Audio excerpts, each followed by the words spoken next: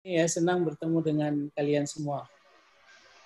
Nah, judul yang tadi sudah diketahui sebelumnya, baik melalui promosi dan bahan YouTube, adalah kenapa saya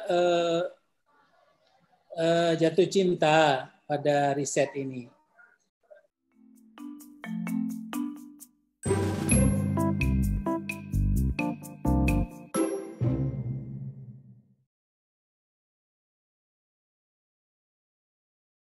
Jadi alasan yang pertama tentu bahwa dasar yang paling kuat adalah karena kita ingin bersyukur atas nikmat Allah. Itu yang intinya. Ya. Di dalam Al-Qur'an itu surah An-Nahl bisa dibuka itu ayat 18. A'udzubillahi minasyaitonirrajim. Wa in ta'uddu ni'matallahi la tuhsuha.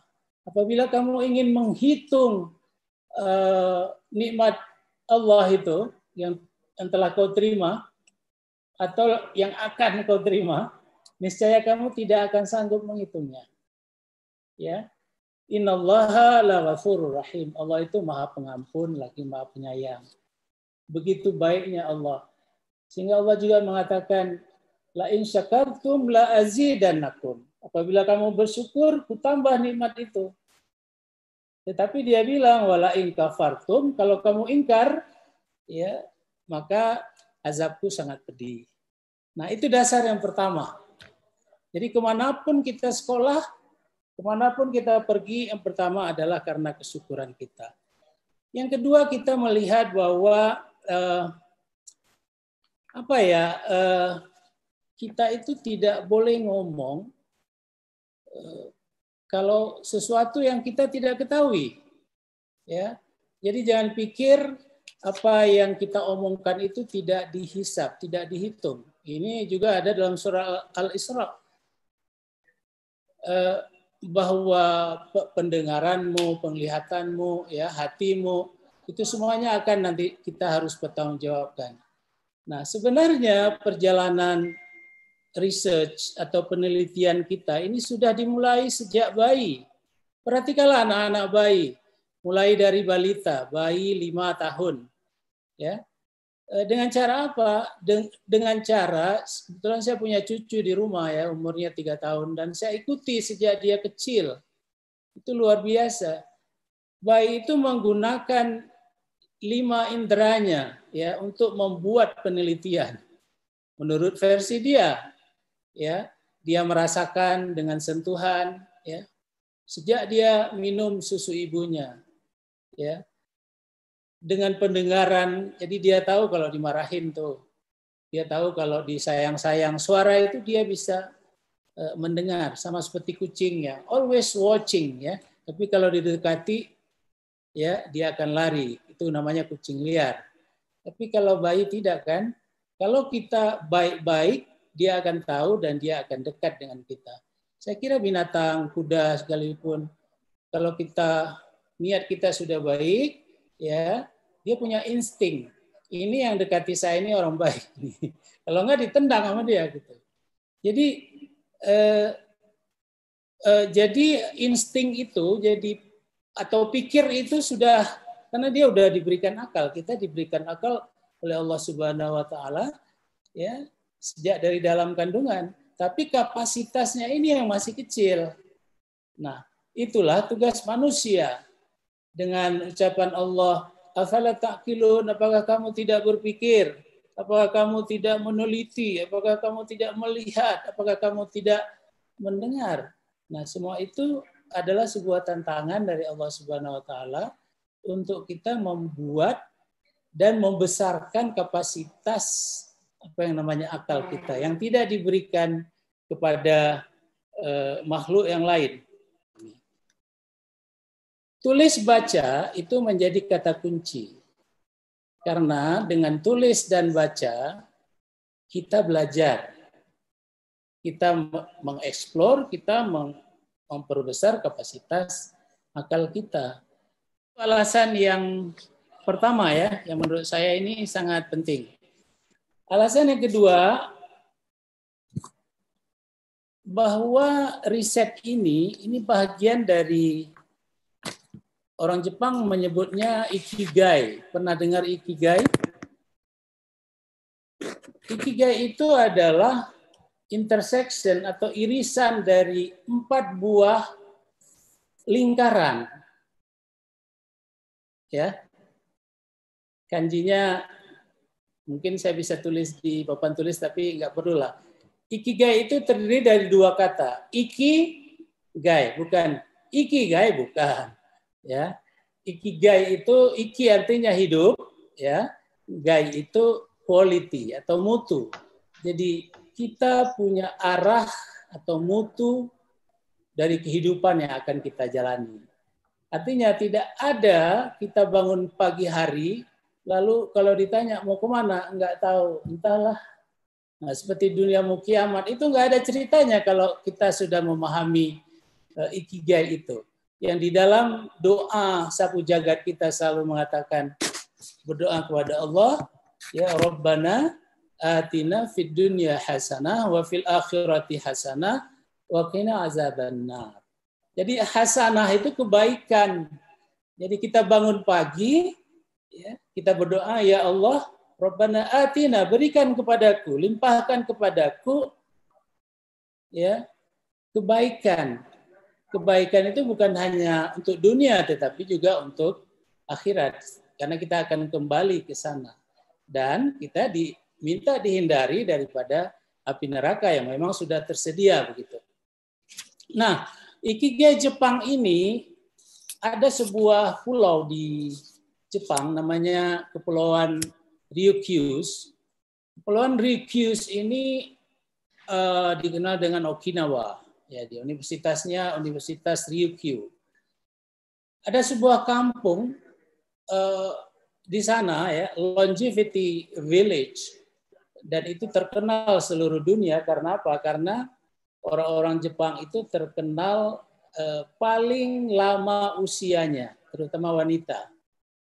Lalu dibuat survei. Wah, ternyata peninggalan masa Heisei zaman dulu, ya, sejak samurai dulu, ini masih dipraktekkan di Okinawa. Yang meneliti ini bukan orang Jepang, tetapi orang dari Eropa. Lalu apa? Lingkaran yang saya katakan tadi adalah, yang pertama adalah what you love. Ya, kita harus tahu sekarang, kalau ditanya apa yang kamu sukai, apa yang kamu cintai. Jadi kalau lagi misalnya mengambil fotografi, seperti siapa tadi namanya, Dandi, ya. Kalau sukanya sama fotografi, itu sampai kepada jenis fotografi apa yang saya suka. Apakah saya suka mengamati tabiat-tabiat binatang sampai saya bisa, ya, mempublish di apa namanya, di majalah misalnya. Majalah apa tuh, Dandi? Ya. National Geographic mungkin, Pak. National Geographic, ya, National Geographic. Mungkin ingat ada sebuah film Bollywood, saya nonton beberapa kali, tentang 3 atau 4 orang calon insinyur, dia masuk di teknik mesin IIT, tetapi yang satu passionnya bukan ingin menjadi insinyur, tetapi passionnya adalah fotografi. Lalu, tapi ayahnya bangga karena, ya, insinyur itu keren gitu, tapi dia nggak senang. Pada akhirnya kan, akhirnya ayahnya bisa mengizinkan dia, oke, kejarlah cita-citamu. That's your passion. Jadi pertama kali coba, saya kira adik-adik mahasiswa baru ataupun mahasiswa lama juga boleh, ya, bahwa kita harus pertanyakan, what do I love? Apa yang saya suka? Jadi kalau saya katakan hari ini saya suka research, kenapa? Kan gitu kan? Tadi saya udah katakan. Nah, yang kedua, saya suka research karena orang meneliti itu orang yang betul-betul terlatih untuk mengetahui apa subjek dari riset dan apa objek atau variabel dari riset. Jadi kalau saya katakan ini gelas, ya, gelas ini subjek, lalu apanya dari gelas ini yang akan saya teliti? Dan ini terbuka untuk semua bidang. Coba bayangkan kalau gelas ini 3 kali ukuran dari ini. Ya, minumnya pun susah. Ini kebetulan haus nih. Ini kan minumnya gampang. Bismillah. Ya, mudah. Ya. Jadi orang riset yang pertama sekali dicari adalah problem. Ya. Jadi kalau kita cinta riset berarti kita harus punya sensitivitas untuk bisa melihat masalah. Problem identification. Ya. Kemudian setelah itu kita tidak berhenti di sana. Kalau seorang yang belajar di fisika cukup dengan fenomena. Tetapi kalau kita di engineering, saya insinyur teknik mesin, ya boleh bangga juga kan dengan insinyur. Nah, saya harus melihat fenomena itu harus bisa digunakan atau teraplikasi ya kepada hal-hal yang bisa membuat masyarakat itu baik. Nah, kalau apa yang saya suka itu dan saya melihat what you are good at it, saya ahlinya bidang apa? Ini harus kita lihat. Oh, kalau cocok, saya suka riset, ya. Saya senang dengan matematik, saya senang dengan fisika karena saya orang engineering. Saya senang dengan ilmu material, saya suka mengamati, saya sabar karena dulu dilatih oleh guru-guru saya di USU ini yang untuk asistensi aja kita belum duduk aja disuruh pulang gitu ya. Dan itu berguna ketika saya kuliah S2 di Amerika, yang dari ITB pulang, betul, teman saya satu apartemen, nggak tahan. Tetapi anak Medan, ya, anak Medan bertahan di sana dan selesai masternya. Tapi modalnya itu tadi, endurance. Nah, endurance. Dan saya menguasai dan ingin menguasai itu karena apa? Tadi didasarkan kepada cinta. Nah, kalau dua lingkaran ini beririsan, maka itu disebut dengan passion. Sampai passion aja. Tetapi apabila dengan kemampuan riset itu, dengan kemampuan fotografi, dengan kemampuan apalagi hobinya rimbawan, ya, ini orang ya memberi imbalan. Itu lingkaran ketiga. What you can be paid for. Orang berpikir ini kalau saya tidak memberikan uang kepadanya rasanya kurang layak karena dia sudah bekerja sangat keras dan hasilnya saya melihat tidak ada cacat. It's perfect. Ya, orang dengan sendirinya akan merogoh kantongnya untuk menyediakan itu. Sebagai orang riset tentu melalui research grant dia siapkan proposal, ya banyak sekali proposal. Saya tahun 96 pulang dari Jepang S3, ya waktu itu kebetulan sedang ya ekonomi Indonesia tahulah 96, 97, 98 ya sedang betul-betul economic crisis waktu itu. Jadi kebetulan saya bisa lebih fokus untuk membuat proposal yang baik. Dan waktu itu hibah bersaing itu dipertandingkan secara nasional. Ya, sangat susah untuk kita dapat. Dari 1.200 lebih peserta yang lulus tes administrasi itu 120-an. Setelah itu dipanggil ke Jakarta, ke Bogor, ya, dites lagi di sana. Keluar 87, ya, dan masuk saya satu, ya, masuk saya satu waktu itu di sana. Dan 2 tahun karena itu multi years. Siapa yang menjadi juara nasional peneliti teladan hibah bersaing? Anak USU gitu, ya, anak USU. Kalau sudah begitu, maka kita bisa dikatakan menurut Ikigai ini profession. Ya. Ini kalau diagram Kiyosaki, kita ini sudah diagram S ya. Kalau nanti buka lagi tentang rich dad poor dad gitu ya. Or cash flow diagram by Kiyosaki. Nah, jadi kita sudah diagram profesi. Tetapi bisakah ini menjadi sebuah pekerjaan? Bisakah ini menjadi sebuah vocation? Kita harus lihat lingkaran berikutnya. Ya, lingkaran berikutnya itu apa? What the world needs. Ya, what the world need. Apa yang dibutuhkan? Apakah kemampuan saya ini, ya, yang saya miliki ini dibutuhkan oleh dunia atau tidak? Dunia ini jangan dibayangkan ya whole the world. Dunia terdekat Anda, dunia ya barangkali Indonesia nasional, regional sampai kepada internasional bertahap.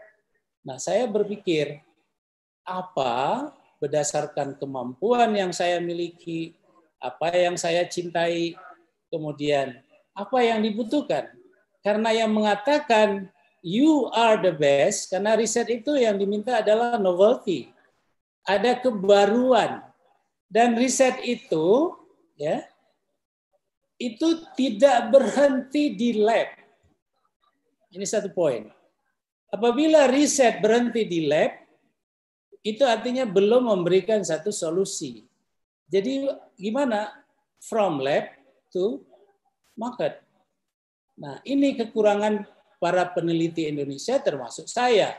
Banyak sekali yang kita buat, tetapi kita tidak jago dalam marketing, sehingga kita lemah di sana. Jadi seorang peneliti itu dituntut apa yang disebut dengan tingkatan readiness level, ya. Readiness level apa ya? Tingkat kesiapan teknologi, ya. Saya ngambil satu contoh. Kita membuat apa yang disebut sekarang speed bump power generation. Kita membuat sebuah speed bump. Tahu speed bump? Mungkin nggak tahu. Polisi tidur tahu pasti. Ya, jadi polisi tidur itu disebut dengan speed bump untuk mengurangi kecepatan kendaraan. Nah, akibatnya kepada ban, kepada struktur dari mobil itu pasti ada. Orang bisa membuat ya bagaimana supaya mobil kereta nggak rusak. Apalagi anak-anak muda ini seperti kalian mungkin masih suka ngebut-ngebut ya. Itu disikat aja. Kita bisa membuat aman, tetapi kita tidak berpikir sampai di sana. Bagaimana kita bisa memanen energi daripada speed bump itu. Itulah dia harvesting energy station ada di Fakultas Teknik di lab saya. Ini salah satu. Itu TRL berapa? Ya kita inginkan nanti menjadi TRL yang paling tinggi itu 9. 9 itu artinya apa? Itu produk sudah menjadi dolar. Itulah dia inovasi. Ketika sebuah invention, temuan, lalu bertambah tingkatnya menjadi riset, boleh menemukan sesuatu by chance, ya nggak ada masalah kan? Kita coba lihat aja hukum Archimedes. Archimedes itu menemukan hukumnya gimana? Dia mandi di kolam, ya tentu dia tidak pakai pakaian, ya. Lalu tiba-tiba satu saat karena dia memang seorang ilmuwan, dia loncat dari situ, lalu dia bilang, I get it, katanya. Aku dapat. Itulah hukum Archimedes. Ya, bagaimana Kentucky mendapatkan bumbu Kentucky itu? Ya, bagaimana sebuah bola ditemukan? Itu melalui invensi. Tapi nggak bisa berhenti di situ, harus masuk ke wilayah penelitian. Nah, setelah itu, ini juga nggak boleh berhenti. Karena kalau berhenti di situ, lingkaran yang saya bilang tadi yang terakhir, what the world needs, ini nggak tercapai. Apa yang dibutuhkan oleh dunia, tentu ini banyak bola lampu yang harus dibuat. Banyak speed bump yang harus kita pasang, terutama di jalan tol. Ya, supaya energi terbarukan yang cita-citanya ini 25%, bisa lebih ya, ini cepat tercapai. Sekarang ini masih sedikit sekali, walaupun masih ada dari sumber energi terbarukan yang lain. Nah, kalau itu sudah bisa, maka kita sudah bisa mengatakan that's my vacation. Itulah pekerjaan saya. Saya tidak perlu lagi bekerja karena setiap produk yang dibuat oleh industri saya mendapat ya royaltinya. Ya, saya dapat pendapatan dari sana sebagai passive income. Ya. Nah, apabila ditemukan lagi what, ini kan satu putaran, what you love and what do the world needs, maka istilahnya mission completed. Misi kita tercapai. Misi yang tercapai apa? Ya itu tadi. Kalau di Jepang namanya ikigai, kalau di kita adalah orang yang baik, bukan hanya baik untuk dirinya, tetapi juga baik untuk diri orang lain. Satu kebaikan yang kita buat, maka akan dibalas Allah minimal itu 10 kebaikan. Nah, bayangkan kalau dunia ini memiliki orang-orang baik, dan insya Allah dari Anda semua ini menjadi seorang peneliti. Nah, sekarang saya masuk ke masalah adik-adik mahasiswa baru. Adik-adik mahasiswa baru sekalian, janganlah penelitian untuk skripsi, untuk magister, untuk doktor, ini menjadi momok. Dia bukan sesuatu yang harus ditakuti. Ya, karena kita harus mengapproach-nya itu sejak awal, sejak dini. Kenapa kita bayi dulu kita bisa? Kenapa sekarang kita susah? Ya. Ini contoh aja. Kenapa waktu bayi kita bisa bernafas dengan benar? Tahu bayi bernafas dengan benar? Dia bernafas dengan perut. Ya, hisap dengan mengembangkan diafragmanya, lalu dia hembuskan dari mulut. Ya, hisap dari hidung, diafragma dikembangkan. Bayi semua begitu. Tapi kita makin besar, kita menghisap semua dari dada, bawa ke sini. Itulah menimbulkan banyak penyakit. Ya. Nah, jadi kita kembali lihat lagi. Kalau bayi bisa, ya, kenapa kita tidak bisa? Persoalannya adalah kalau orang Jepang bisa, orang India juga bisa sekarang, dan saingan kita di negara tetangga juga bisa, kenapa kita tidak bisa? Ini semoga kalian bisa enjoy, ya, karena research is fun. Itu yang pertama sekali. Research memberikan kesempatan pada peneliti untuk bepergian kemana-mana, menggunakan bahasa asing yang saya menguasai, bahasa Jepang, bahasa Inggris, dan sedikit bahasa Arab. Dan saya menikmati itu karena saya bisa berkomunikasi. Dan yang paling penting adalah kita bisa membuat publikasi. Ya, dari hasil produk itu, ya. Jadi bukan karena kita baca literatur. Saya membuat buku. Ini salah satu contoh. Ini ada sebuah contoh buku yang kita tulis. Kalau kita lihat isinya, ya ini daging semua begitu. Kenapa? Karena ini dari hasil penelitian, dari hasil uji coba, eksperimen segala macam. Ya. Nah, untuk sampai ke sini tentu butuh waktu, tentu kesabaran. Semoga adik-adik semuanya sukses ya dalam studinya. Demikian, barangkali kalau ada tanya jawab tentu kami akan dengan senang hati menjawabnya. Terima kasih. Assalamualaikum warahmatullahi wabarakatuh. Assalamualaikum warahmatullahi wabarakatuh. Yang kurang boleh ditambah Pak Agus karena beliau juga peneliti ulung ya. Ulung ngiso Pak. Menarik Pak, tadi ikigai. Yang penting jangan bahasa Jawa Pak. Kalau itu iki gawat Pak. Ya, terima kasih Prof. Bus. Sangat menarik paparan beliau, sangat filosofis. Kalau kita memperhatikan dengan kedalaman pikiran, ini sangat mengena ya. Beliau dari Fakultas Teknik, jadi nanti rekan-rekan cendekiawan muda yang kebetulan Fakultas Teknik akan bertemu beliau secara langsung dalam kegiatan akademik. Ya. Kalau Bang Rial ini di Fakultas Ekonomi, di Pasca Sarjana, dan kalau Bang Dandi itu di Fakultas kalau salah di FISIP tadi ya Bang ya, satunya ya.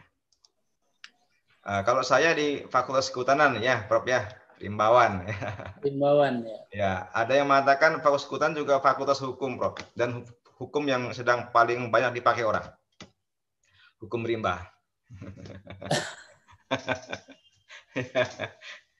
Makanya Prof Bustami, Bang Rial, Bang Yuda ini sama-sama karateka nih dengan sabuknya dan Tiga dan kawan-kawan ya. Makanya kami nggak takut Prof dan kawan-kawan yang kami andalkan. Baik, rekan-rekan sekian kedua silahkan untuk sesi sekarang adalah diskusi yang akan kita fokuskan kepada Prof Bustami. Jadi silakan bisa menggunakan fitur Q&A atau menggunakan fitur langsung, silakan boleh unmute dan menyapa atau dengan raise hand biar nanti Mbak Nova akan memasukkan Anda ke forum webinar. Silakan, ada yang mau bertanya langsung? Belum ada Pak dari Q&A. Ya. Sudah ada Pak satu pertanyaan. Baik. Untuk Prof. Dari Q&A sudah ada yang bertanya dari Saudari Putri Honi. Ya. Assalamualaikum, perkenalkan saya Putri Honi dari Fakultas Kehutanan. Wah, ini ketemu nih dengan yang satu klan ini ya. Sama-sama orang hutan.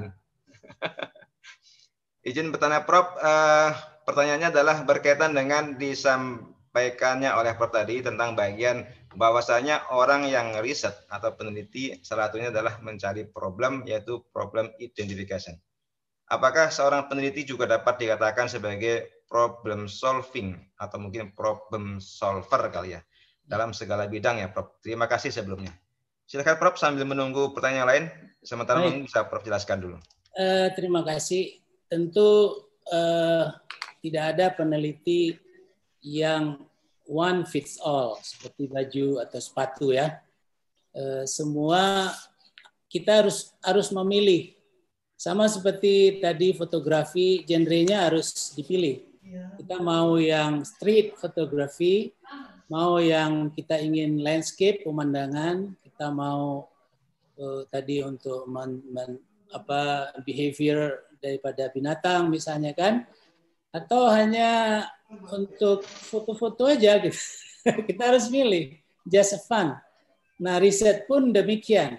Tetapi riset itu memang harus dimulai dengan problem, karena seorang researcher itu dia dilahirkan untuk ya menjawab masalah, benar, menjawab masalah. Tetapi tidak semua orang atau peneliti itu bisa menjawab masalah semuanya. Saya misalnya pada suatu hari beberapa tahun yang lalu, seperti lagu aja nih, saya menghadiri sebuah conference di Singapura bidang impact. Bidang impact itu ya Sogeki ya, impact. Itu ternyata setelah saya masuk ke sana, ternyata ada 10 ruangan terbagi dan itu udah terbagi-bagi semuanya. Ya. Jadi ada yang begini, ada yang begitu. Jadi, nah sekarang bagaimana kita menajamkan sensitivitas kita ya untuk bisa melihat masalah. Karena kuncinya itu saja. Mau nggak kita menyelesaikan masalah? Ya? Dan bukan karena kita, karena saya mau aja, bukan. Tapi karena apa yang dibutuhkan oleh orang. Ambil aja contoh di kehutanan. Ini kehutanan juga banyak bidangnya. Ya, mungkin Pak Agus bisa cerita itu keahliannya di kehutanan. Kita harus mengambil satu contoh. Jadi kalau memang kita dapatkan problemnya, ya kita berikutnya akan mempelajari apa yang telah dilakukan oleh orang lain, apa solusinya. So what somebody else has done. Kemudian dapat nggak gap-nya? Gap itulah yang perlu untuk kita bisa membuat penelitian kita. Nah, jadi apa subjek dan objek itu kita udah tentukan duluan. Ya, itu bagaimana? Apa yang jangan sampai kita nanti dikatakan plagiat, gitu ya. Nah, jadi kita harus lihat. Untungnya seorang peneliti ini bisa belajar dari kesalahan. Peneliti itu boleh salah, profesor itu boleh salah, tetapi profesor peneliti nggak boleh bohong. Itu ya saya ulang ya, ini juga filosofis. Researchers ya can be wrong. Jadi kalau kita salah kita perbaiki, ya kita perbaiki. Kalau buku ada edisi 1, 2, dan 3. Tetapi kalau udah bohong, memanipulasi data, apalagi sekarang dengan mudahnya komputer, ya, apalagi fotografi dengan editan, makanya selalu yang dimintakan yang mentahnya mana, gitu kan? Betul nggak? Jadi DP sekarang banyak juga hasil manipulasi data ya, Prof. Iya. Nah, tapi bagi peneliti, jujur itu yang paling penting. Jujur, sampaikan sebenarnya. Kalau kamu cinta, sampaikan cinta. Tidak ada dusta di antara kita. Dan seorang peneliti belajar dari subjek dan objek penelitian yang dia teliti. Kita bisa dapat di sana. Karena material, ya struktur itu nggak mungkin bohong. Ya, kalau kita katakan ini modulus elastisitasnya sekian, kekerasannya sekian, dia nggak akan bohong. Yang bohong apa? Alatnya atau orang yang melihatnya, the man behind the gun, gitu. Ya, begitu kira-kira, D. Terima kasih. Ya, terima kasih Prof. Luar biasa penjelasannya ya, Prof ya.